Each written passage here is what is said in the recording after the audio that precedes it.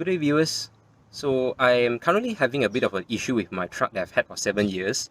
Um, what happened yesterday was that I noticed that the third brake light mounted on the roof was not working, and I figured it's probably just a blown bulb, which I can get replaced easily. But as it turns out, it is a lot more challenging than I thought it would be. So let's hop around the outside and I'll show you what I mean.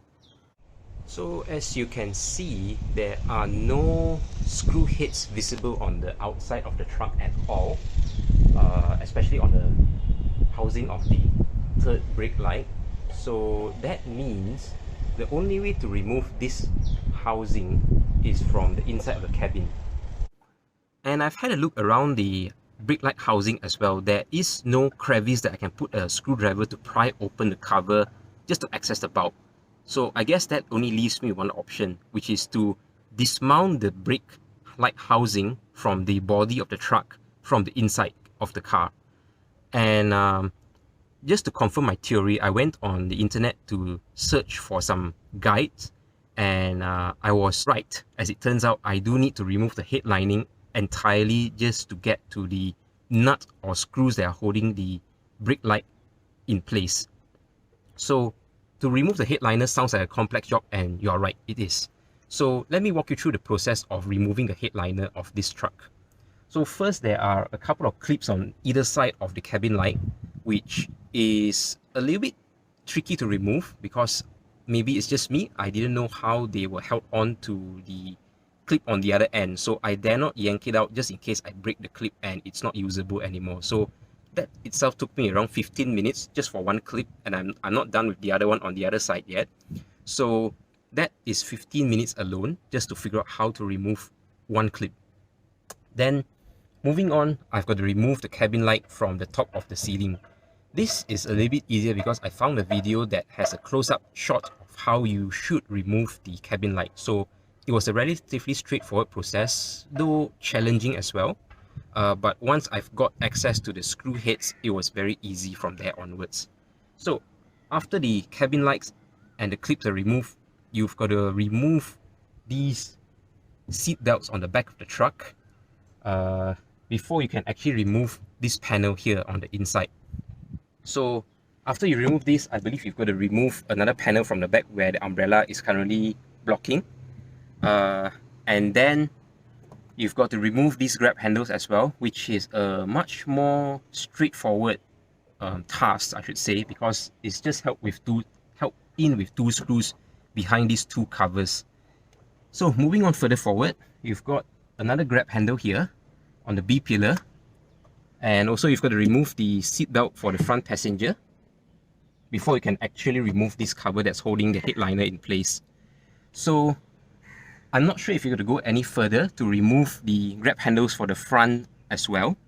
There is a possibility that you might need to do that if the headliner doesn't come down enough for the opening to be accessible.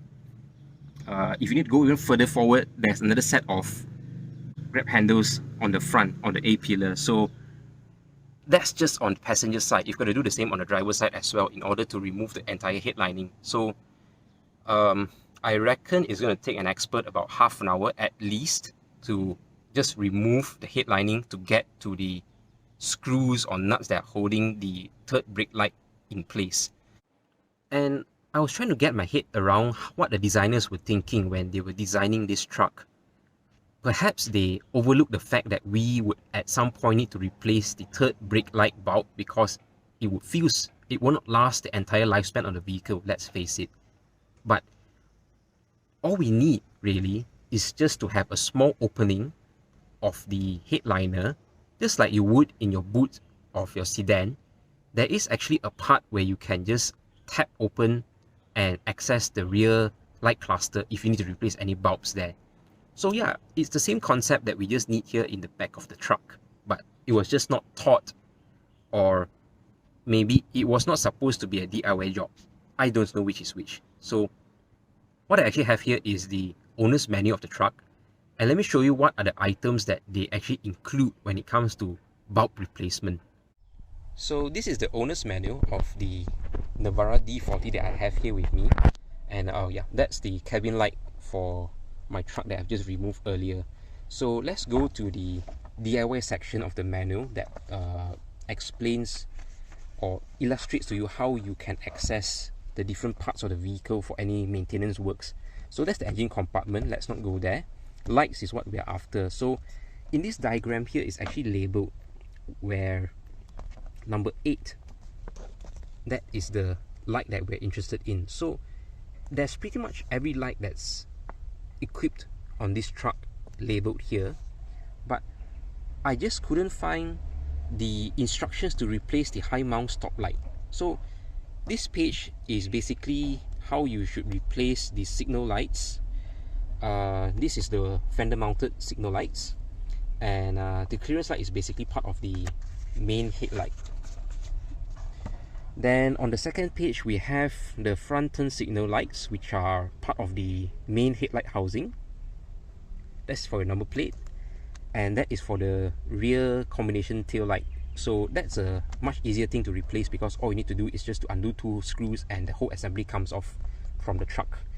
Now this is the room light, otherwise known as cabin light, which I've removed earlier. So if you can compare, the diagram is a little bit too simplified and it doesn't show you the important details that you need to work out how to remove the headlight. So in essence, what this is referring to is this little crevice here that pops open the cover. But of course, I've removed the entire housing, so I've got to use a screwdriver for that. So actually all these are supposed to be DIY, but yeah, I do not see the part that covers the high mount stop light anywhere in this manual. So that's the headlight, and that gives you all the specifications of the bulb's wattage. And yeah, the next section is already about wheels and tires. So nothing here covers how to replace the bulbs in the high mount stop light. So what's next? Well, I've not actually decided if I want to send this truck in for a mechanic to replace the light bulb, or do I want to tackle this as a DIY job on my own. But I am actually leaning towards option 1 because I believe I am still lack of tools to actually dismantle all these panels. And of course, I would like to have a bit more experience by looking at how the mechanics actually do it before I take on a DIY job of this scale in future. So the next question that I'm actually faced with at the moment is how much labor charge am I going to incur if I actually send this truck in for a mechanic to replace the light bulb.